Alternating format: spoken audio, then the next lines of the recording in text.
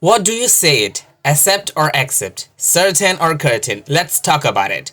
There is a rule for letter C. If you have found letter C in a word and just after C, I, E, or Y is there, so the sound will be S, like city, century, cycle.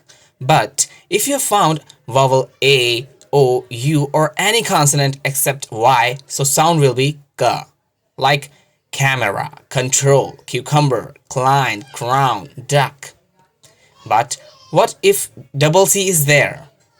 So sound will be K, like account, accept, accent. And what if you find C at the end of the word? So sound will be K, like picnic, mic, garlic. Now you tell me how to pronounce these words.